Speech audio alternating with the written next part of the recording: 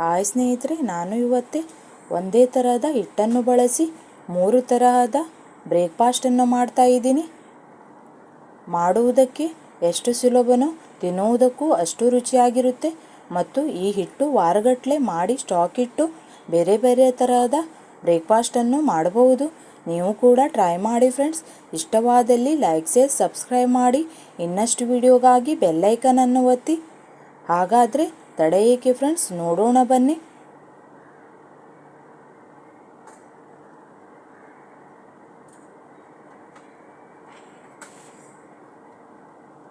ನಮಸ್ಕಾರ ಎಲ್ಲರಿಗೂ, welcome back to Jaya recipe. Breakfast ಮಾಡುವುದಕ್ಕೆ ಒಂದು ಸಣ್ಣ ಪಾತ್ರೆ ತಗೊಂಡು ಅದರಲ್ಲಿ 1 ಗ್ಲಾಸು ಉದ್ದಿನಬೇಳೆ ಹಾಕಿ ಚೆನ್ನಾಗಿ 2-3 ಸಲ ತೊಳೆದು ನೆನೆಯಲು ಇಟ್ಟಿದ್ದೀನಿ. ಇದನ್ನು ನೆನೆಸ್ಕೊಳ್ಬೇಕು. ನಾನು ಮಧ್ಯಾಹ್ನ ನೆನೆಸು ರಾತ್ರಿಯಲ್ಲಿ ರುಬ್ಬಿದ್ದೆ. ಕಡಿಮೆ ಅಂದರೂ 8 ತಾಸು ನೆನೆಬೇಕು. ಉದ್ದಿನಬೇಳೆ ನೆನೆಸು ಸೈಡಲ್ಲಿ ಇಟ್ಟಿದ್ದೀನಿ. ಈಗ ಅದೇ ಗ್ಲಾಸಿಂದ 3 ಗ್ಲಾಸು ಅಕ್ಕಿ ಹಾಕ್ತಾಯಿದ್ದೀನಿ. ನಾನು ರೇಷನ್ ಅಕ್ಕಿಯನ್ನು ಯೂಸ್ ಮಾಡ್ತಾಯಿದ್ದೀನಿ.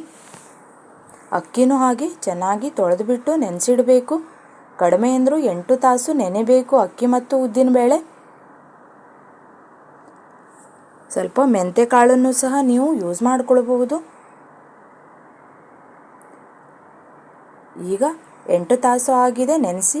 ಈಗ ಮೊದಲು ಉದ್ದಿನಬೇಳೆ ಹಾಕ್ತೀನಿ ಗ್ರೈಂಡರಲ್ಲಿ. ನೀವು ಬೇಕಿದ್ರೆ ಮಿಕ್ಸರ್ ಜಾರಲ್ಲೂ ಕೂಡ ರುಬ್ಕೊಳ್ಬಹುದು.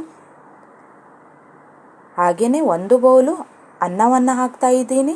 ಅನ್ನ ಹಾಕೋದ್ರಿಂದ ಇಡ್ಲಿ ಮತ್ತು ಪಡ್ಡು ದೋಸೆ ಸ್ಮೂತಾಗಿ ಬರುತ್ತೆ. ಈಗ ಸ್ವಲ್ಪ ನೀರು ಹಾಕಿಬಿಟ್ಟು ಉದ್ದಿನಬೇಳೆ ಸ್ವಲ್ಪ ರುಬ್ಬಿ ಆಮೇಲೆ ಇದರಲ್ಲಿ ಅಕ್ಕಿ ಹಾಕ್ಕೊಳ್ಬೇಕು. ಮುಚ್ಚಿಡ್ತೀನಿ ನೋಡಿ.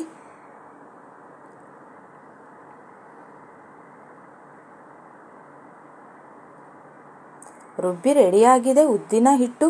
ಈಗ ಅದರಲ್ಲಿ ಅಕ್ಕಿ ಹಾಕ್ತಾ ಇದ್ದೀನಿ. ಬೇರೆ ಬೇರೆ ರೀತಿ ಅರ್ದ್ರೆ ಹಿಟ್ಟು ಸರಿಯಾಗಿ ಬರೋದಿಲ್ಲ. ಉದ್ದಿನಬೇಳೆಯಲ್ಲೇ ಹಿಟ್ಟು ಹಾಕಿ ರುಬ್ತೀನಿ. ಸ್ಮೂತಾಗಿ ರುಬ್ಬಿ ರೆಡಿಯಾಗಿದೆ. ಈಗ ಇದನ್ನು ಮುಚ್ಚಿಟ್ಟು ಸೈಡಲ್ಲಿ ಇಡ್ತೀನಿ. ನಾನು ರಾತ್ರಿ ರುಬ್ಬಿ ಇಟ್ಟಿದ್ದೆ, ಬೆಳಗ್ಗಿನ ಬ್ರೇಕ್ಫಾಸ್ಟ್ಗೆ ಮಾಡ್ತಾ ಇದ್ದೀನಿ ನಾನು. ಹಿಟ್ಟು ರೆಡಿಯಾಗಿದೆ ನೋಡಿ ಫ್ರೆಂಡ್ಸ್. ಇದರಲ್ಲಿ ಈಗ ಉಪ್ಪು ಹಾಕ್ತಾ ಇದ್ದೀನಿ. ಉಪ್ಪು ಹಾಕಿ ಮೊದಲು ನಾನು ಇಡ್ಲಿ ಮಾಡ್ತಾ ಇದ್ದೀನಿ. ಈ ಥರ ಬೇರೆ ಬೇರೆ ಬ್ರೇಕ್ಫಾಸ್ಟು ಮಾಡಿ ಮಕ್ಕಳಿಗೆ ಕೊಟ್ಟರೆ ತುಂಬ ಇಷ್ಟಪಟ್ಟು ತಿಂತಾರೆ. ಈ ಹಿಟ್ಟನ್ನು ನೀವು ಫ್ರಿಜ್ಜಲ್ಲಿಟ್ಟು ವಾರಗಟ್ಟಲೆ ಯೂಸ್ ಮಾಡ್ಕೊಳ್ಬೋದು, ಏನೂ ಆಗೋದಿಲ್ಲ. ಇಡ್ಲಿ ಪಾತ್ರೆಗೆ ಎಣ್ಣೆ ಹಚ್ಕೊಳ್ತೀನಿ. ಎಣ್ಣೆ ಇಲ್ಲ ಅಂದರೆ ತುಪ್ಪನೂ ಹಚ್ಕೊಳ್ಬೋದು. ಈಗ ಹಿಟ್ಟು ಹಾಕ್ತಾ ಇದ್ದೀನಿ.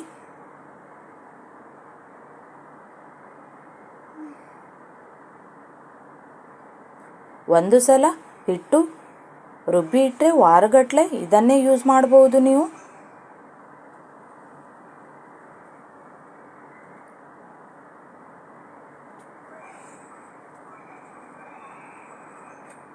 ಈಗ ಇಡ್ಲಿ ಪಾತ್ರೆಯಲ್ಲಿ ನೀರು ಹಾಕಿದ್ದೀನಿ. ಈಗ ಇಡ್ಲಿ ಹಾಕಿರುವ ಪ್ಲೇಟನ್ನು ಹಾಕ್ತಾ ಇದ್ದೀನಿ ನೋಡಿ.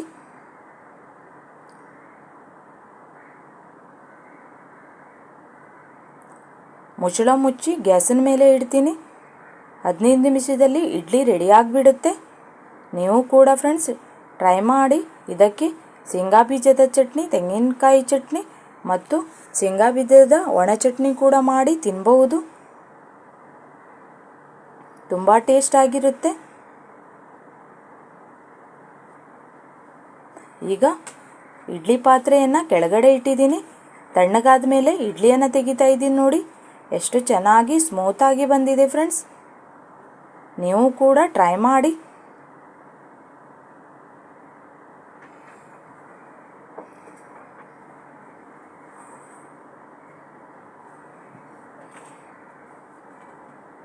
ಇದೇ ಥರ ಹೊಸ ಹೊಸ ರೆಸಿಪಿಗಳಿಗಾಗಿ ಈ ಕೂಡಲೇ ಜಯ ರೆಸಿಪಿಯನ್ನು ಸಬ್ಸ್ಕ್ರೈಬ್ ಮಾಡಿ.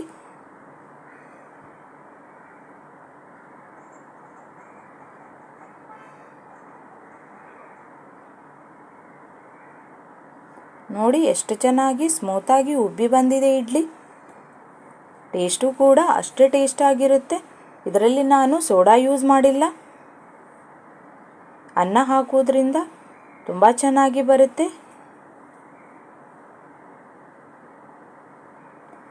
ಇಡ್ಲಿ ಜೊತೆ ಸಾಂಬಾರು, ತೆಂಗಿನಕಾಯಿ ಚಟ್ನಿ ಮತ್ತು ಶೇಂಗಾ ಚಟ್ನಿಯನ್ನು ಯೂಸ್ ಮಾಡಿದ್ದೀನಿ. ರೆಡಿಯಾಗಿದೆ ಫ್ರೆಂಡ್ಸ್. ನೀವು ಕೂಡ ಟ್ರೈ ಮಾಡಿ. ಇಷ್ಟವಾದಲ್ಲಿ ಲೈಕ್ ಶೇರ್ ಸಬ್ಸ್ಕ್ರೈಬ್ ಮಾಡಿ.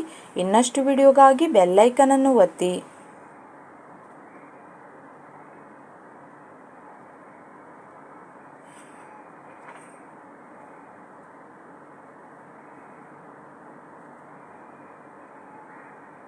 ಈಗ ಪಡ್ಡನ್ನು ರೆಡಿ ಮಾಡಿಕೊಳ್ಳೋಣ.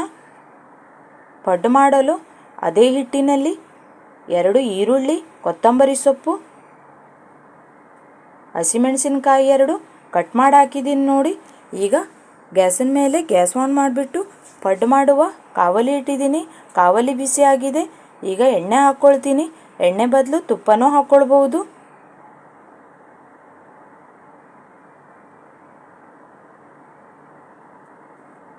ಎಣ್ಣೆ ಸ್ವಲ್ಪ ಜಾಸ್ತಿ ಹಾಕಿದ್ರೆ ಪಡ್ಡು ಚೆನ್ನಾಗಿ ಬರುತ್ತೆ. ಈಗ ರೆಡಿ ಮಾಡಿ ಇಟ್ಕೊಂಡಿರುವ ಹಿಟ್ಟನ್ನು ಹಾಕ್ತೀನಿ ಸ್ವಲ್ಪ.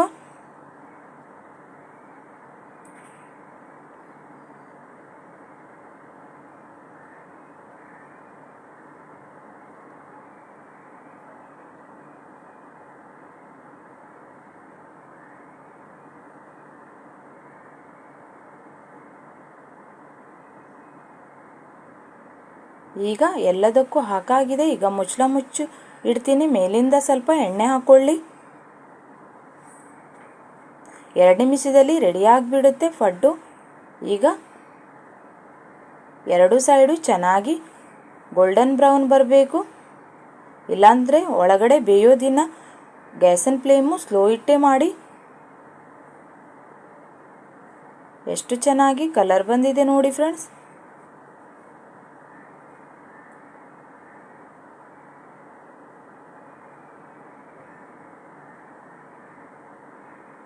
ಪಡ್ಡು ಕೂಡ ರೆಡಿಯಾಗಿದೆ. ನೀವು ಟ್ರೈ ಮಾಡಿ. ಇಷ್ಟವಾದಲ್ಲಿ ಲೈಕ್ ಶೇರ್ ಸಬ್ಸ್ಕ್ರೈಬ್ ಮಾಡಿ. ಇನ್ನಷ್ಟು ವಿಡಿಯೋಗಾಗಿ ಬೆಲ್ಲೈಕನನ್ನು ಒತ್ತಿ. ನೀವು ನೋಡ್ತಿದ್ದ ಹಾಗೆ ಎಷ್ಟು ಸೂಪರಾಗಿ ಬಂದಿದೆ ನೋಡಿ. ಈಗ ಕೊನೆಯದಾಗಿ ದೋಸೆಯನ್ನು ಮಾಡಿಕೊಳ್ಳೋಣ. ಈ ಥರ ಕಲರ್ ಬರಬೇಕು 2 ಸೈಡು.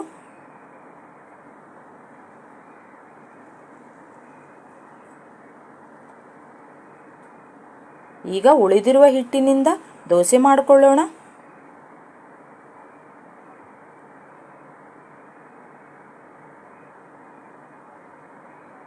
ದೋಸೆ ಮಾಡುವ ಕಾವಲಿ ಹಿಟ್ಟು 1 ಸ್ಪೂನು ದೋಸೆ ಹಿಟ್ಟನ್ನು ಹಾಕಿದ್ದೀನಿ.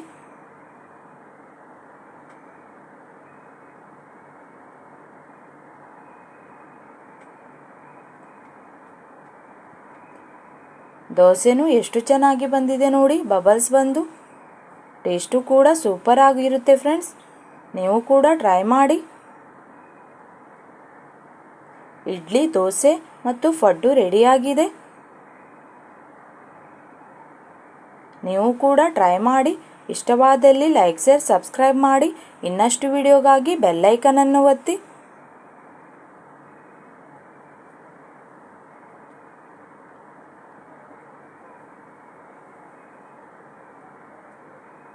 ಯಾರೆಲ್ಲ ಫ್ರೆಂಡ್ಸ್ ನೋಡ್ತಿದ್ದೀರಾ ಅವರಿಗೆಲ್ಲರಿಗೂ ಧನ್ಯವಾದ.